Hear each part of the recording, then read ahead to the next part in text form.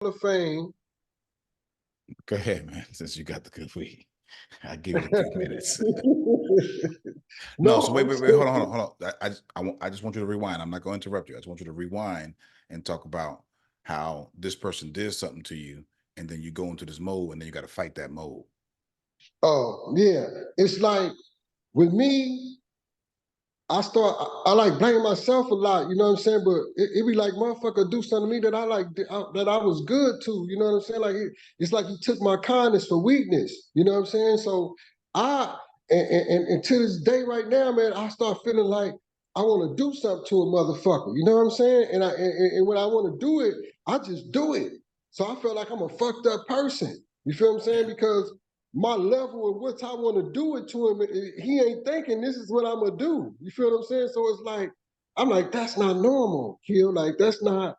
So, I'm fighting with that, bro. You feel what I'm saying? I know that's how I know everybody's dealing with something because I'm fighting with the easiness of like I will do something to you. You feel what I'm saying? Like I ain't gotta pop no pills, sniff no dope, none of that shit. You feel what I'm saying? So I'm like, nigga, you like a dangerous person. You know what I'm saying? So and I start to hate myself at times when I'm feeling like hurting somebody. You know what I'm saying? Like I feel fucked up. You know what I'm saying? So I go into my own depression over the silliest shit. Like, and I'm like, I gotta stop letting things bother me. So that's what I work on every morning. When I wake up, I gotta stay focused. As soon as I look in my mirror, in my bathroom, you know what I'm saying? Stay focused. You know what I'm saying? So that's the first thing I see. You know what I mean? So you know what No, I I tell just people, and again, it's not to the extreme probably of what you experienced, but what I tell people is, look, I grew up in a messed up place, right? So in that messed up place, in order to survive doing what I was doing, you learn to become a lion, right? And a lion is a king of the jungle, and it devours. And even if it's confronted with another lion, right? We scrap it out until the last person standing is who rules, right? But that's how you stay alive. So what I had to learn was to tame that lion and keep it in a cage. I had to fight my best to put that lion into a cage and then keep it there.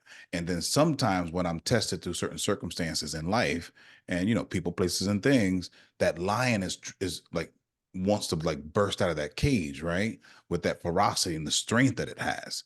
So it's my job, and it's difficult to try to keep the lion caged. But you got to remember, probably have not done. Your average person who grew up in the inner city probably has not gone through what you went through. And I told you, your mind was already shaped of who you were, or by the age of 7. So experiencing what you experienced growing up where you grew up at, I mean, it's a lot. So you probably have a much bigger lion that you got to keep tame, and it does become difficult. Now, what lets me know that you're sane is the fact that you actually rationalize this. That in your now in life, instead of just acting on impulse and instinct, you think about, wait a minute, if I go back into this mode, it's going to be a problem. You may feel the feelings, right? But the reason why you're feeling the feelings is because all of that was trauma. Think of someone who's sexually abused at a young age, right? And I know someone this happened to, that whoever was abusing them will come into their room at night.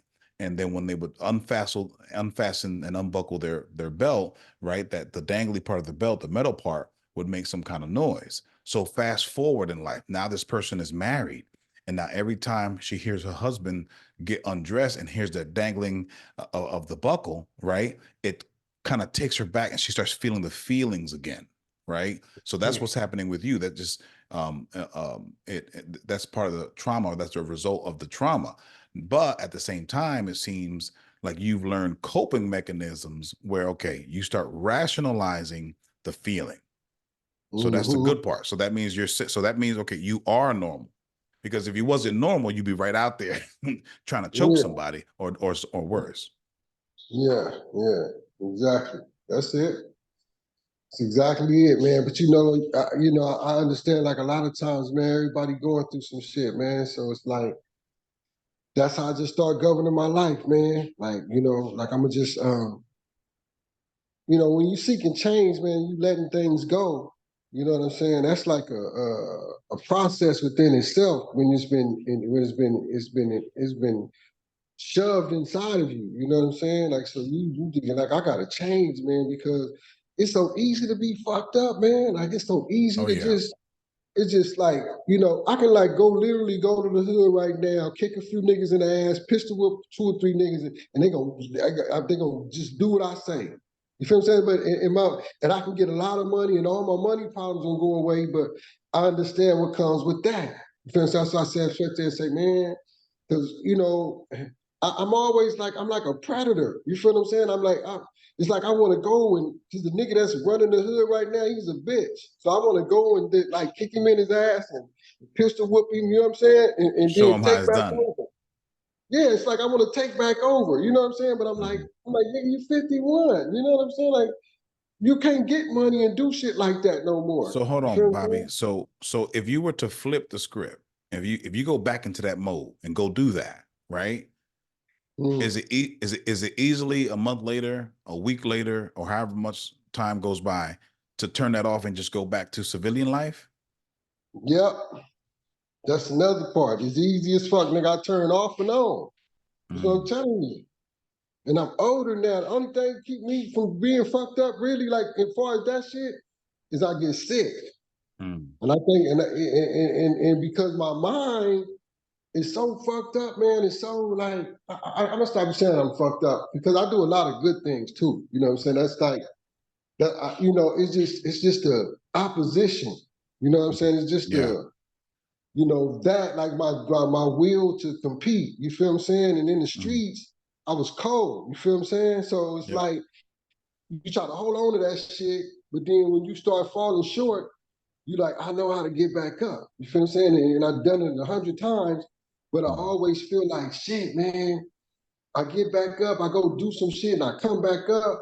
It's like I lose it. I lose it the same way again. You feel what I'm saying? Like when mm. I do that, I lose it the same way again. When I go, if I say I'm gonna make me 100,000 real fast, and I go take some chances and I make it, and then I turn around and I lose that shit just as fast as I made it. But see, You know there's what a I'm couple of saying? things now at your age and what you have, right? So I would have to say that it's not just about going out there and taking that chance where in the past you've been successful by risking it all, right? But at this point in time, one, you have a lot more to lose, right? You're not as young as you used to be. So what's to say you're not successful in this? You go and take a chance and then you get badly hurt or worse. Mm-hmm.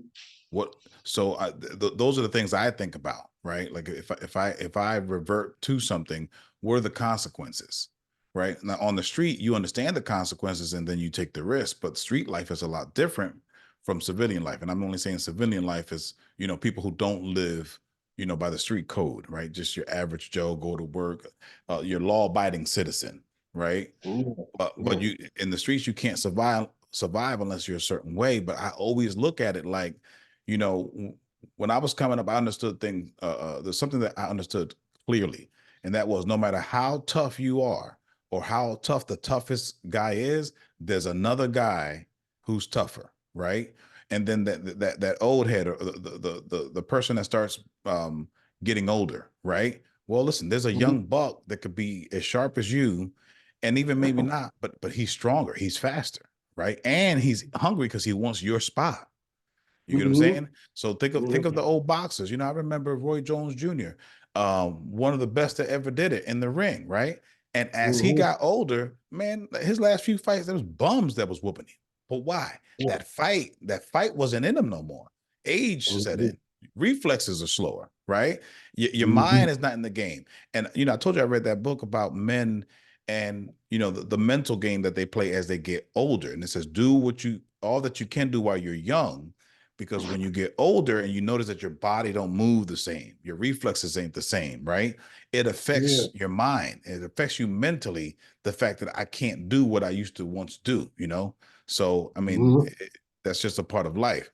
But there is that risk, and the fact that you said to yourself, hey, you know what, I'm not willing to take that risk. You talk about your kids, you talk about your grandchildren and stuff like that. And I've seen the life that you live, man. You listen, you got it good, baby.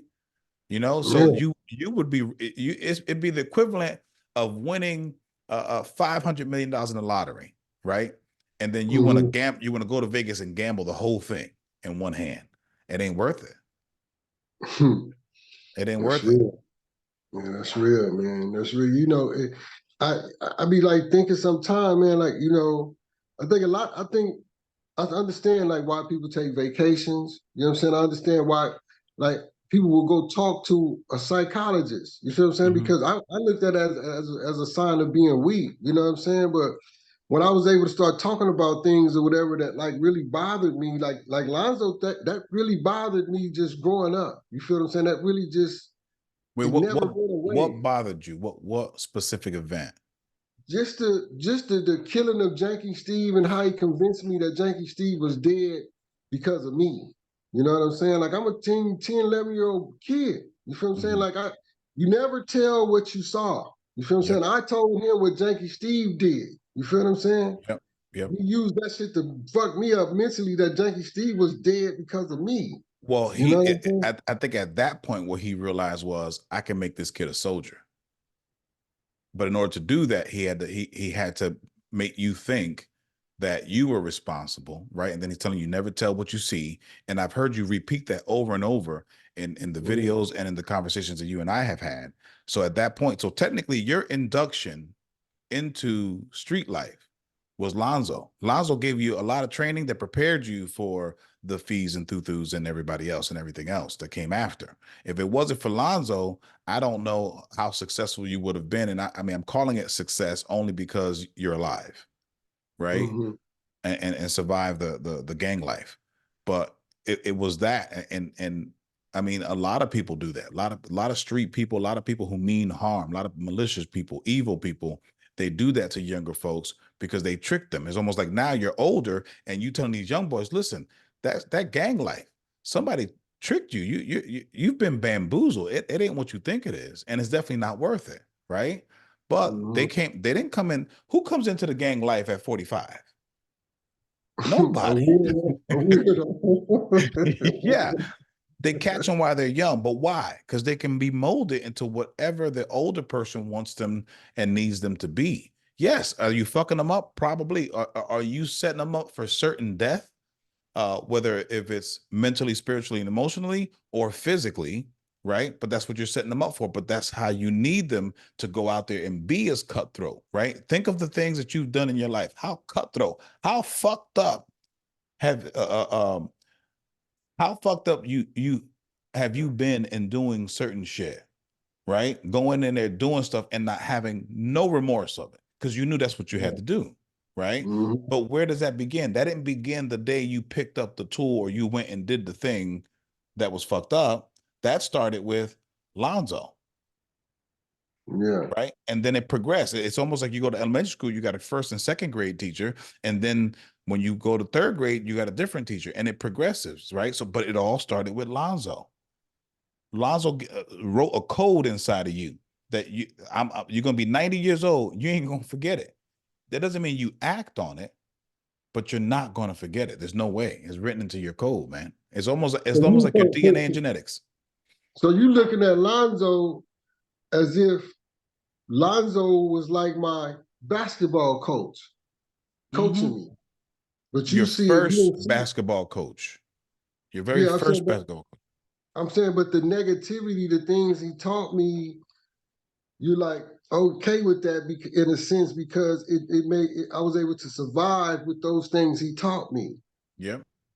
So there were certain things in you, right? Let's say instinct and things of that nature. He taught you to tap into that, follow it, follow a certain code, right? So now you know how to, you trained your brain in a way that your instinct now can pick up on something. You can tell 12 seconds out, somebody walking up, you could tell that person, and you don't know this person, you on the block. You can tell that person means you harm or they're a friend or what have you, right? Why? Because that instinct that was sharpened, but that started with Lonzo, right? The street code of never tell what you see. Tell me that isn't like one of the cardinal rules. It's a pillar in order for you to operate a Mhm. street. If you go flapping your mouth all the damn time and then snitching to the cops, how long are you gonna last in Watts? whether it's Oh, you dead. 1965 or 2024. You dead. And it don't even matter what you say to the cops, right? Or to anybody. The fact that you were saying something that you got no business telling nobody else. It stays within these circles and on the streets. You're not supposed to just run and go tell and share information or snitch, right?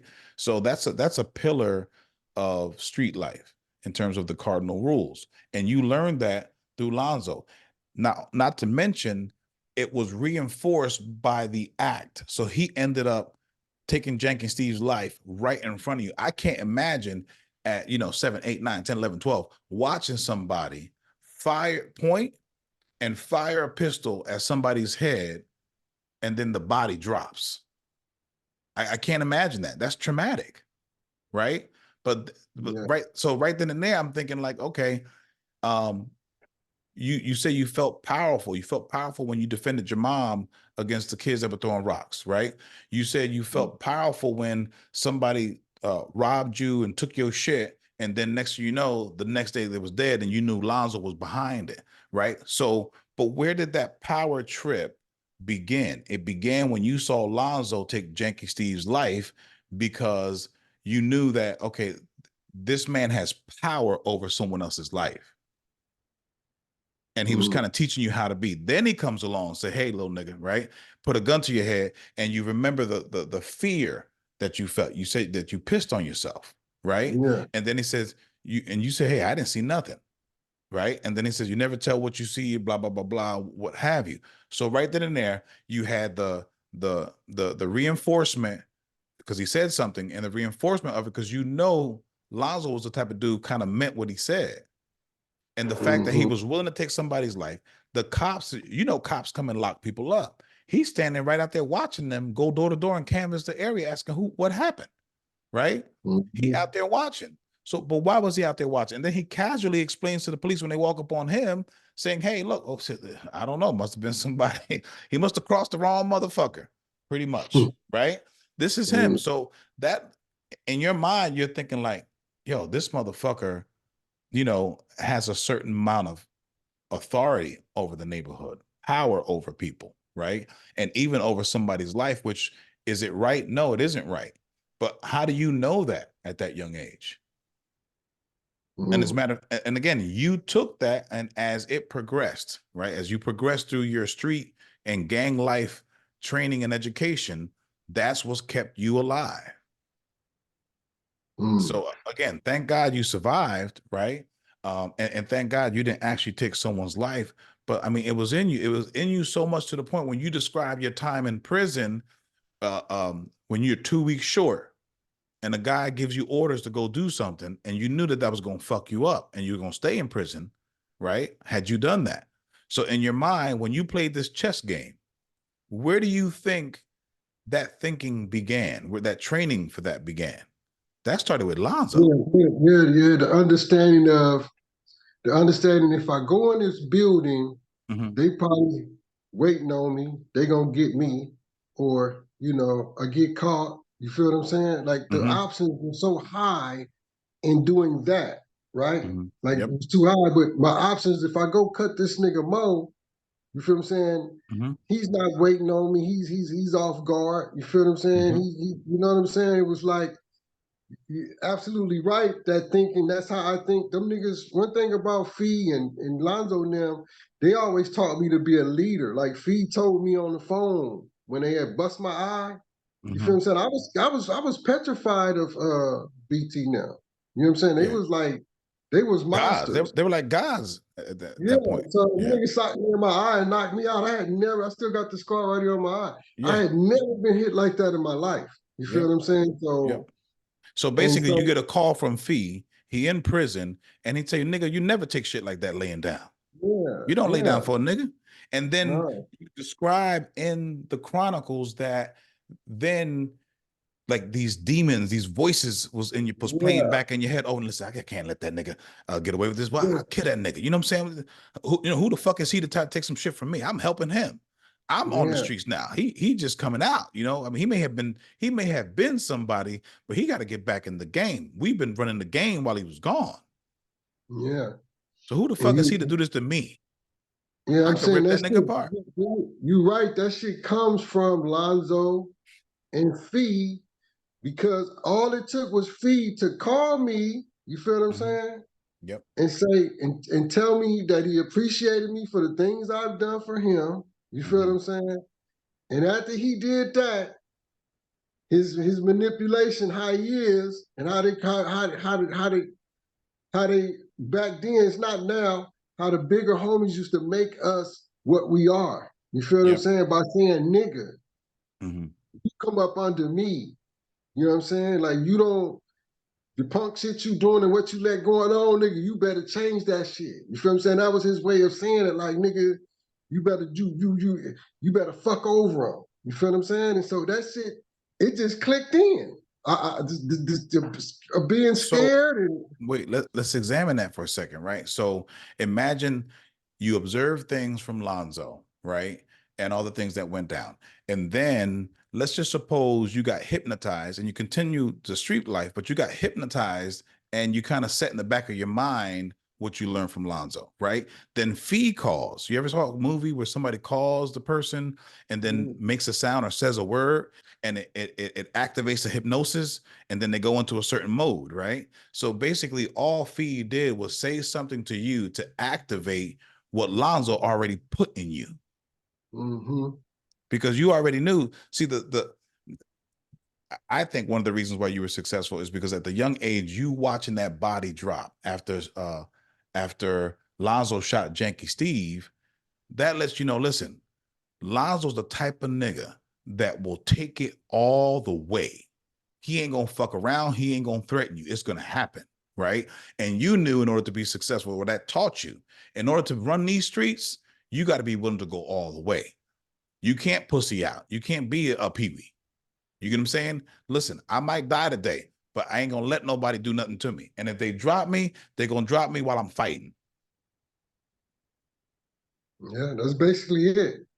That's basically, the and now that I'm older now, I really understand that shit, man, because it's like sometimes you have to talk about things to heal from it, man. Like you hold that Oh shit yeah, yeah, inside, yeah, man. yeah. And that's probably why I was quick to bust on the nigga. You feel what I'm saying? Or cut him or whatever the fuck I'm gonna do because I had all this shit built up in me, not trying to Mhm.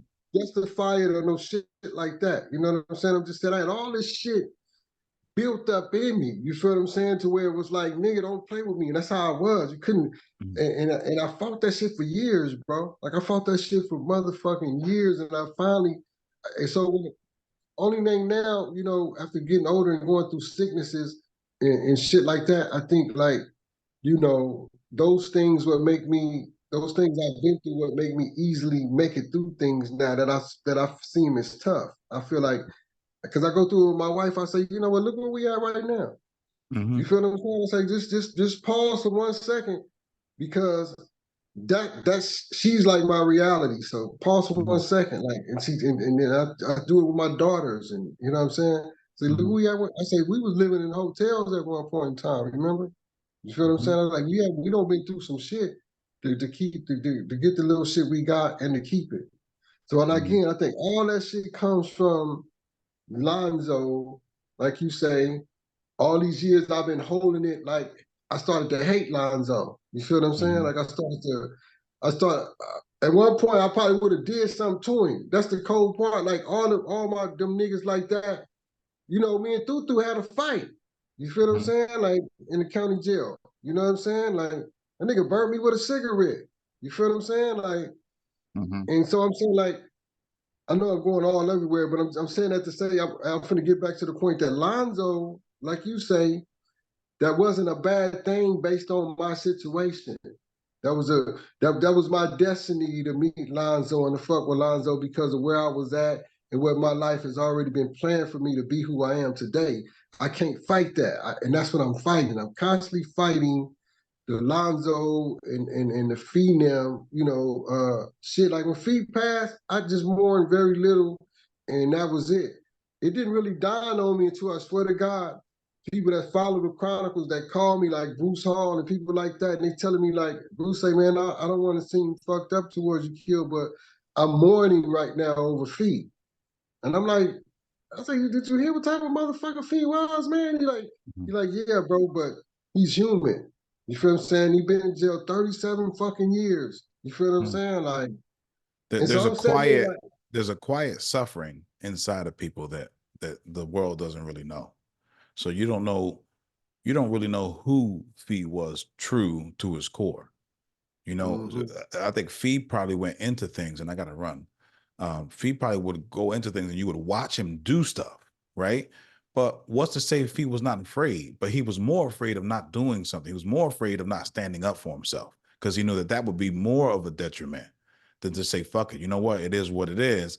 Look, nigga, give me your shit." Or somebody step to him, it's gonna be a problem. He in his mind, he knew, look, I'm a fucking walk away. They either gonna drop me dead or I'm walking away. And that's what allowed him to be as vicious and ferocious and deadly as he was, right? But at the same time, look how old he was before he passed away, and it came by way of him taking his own life. So no one took his life. He took his own life. But how could he survive that long? Streets and prison. He had to be that person, but that doesn't mean like deep down inside, he's not the person he was when he was 7 years old. But you can't be that loving person and be on the streets. You can't be caring and be out there wanting to play, with cars, little toys and plant. Like, you can love to cook and you can love to plant roses in the garden. You can't be that person and survive on the street. So you don't know what that man been through, or who, or should I say, inside his core, how he suffered his demons, the guilt he probably felt. He probably was guilty after each and every time he did something, which you mm. have felt. I got to run. This meeting already started, man. But All right, this is a good little clip here. all right, good. All right, that's how it be. Something that'll be natural. You know what I'm Yep. saying? That's what's up. We'll All right, hit we'll me when talk you get later. done. All All right. right. Bye.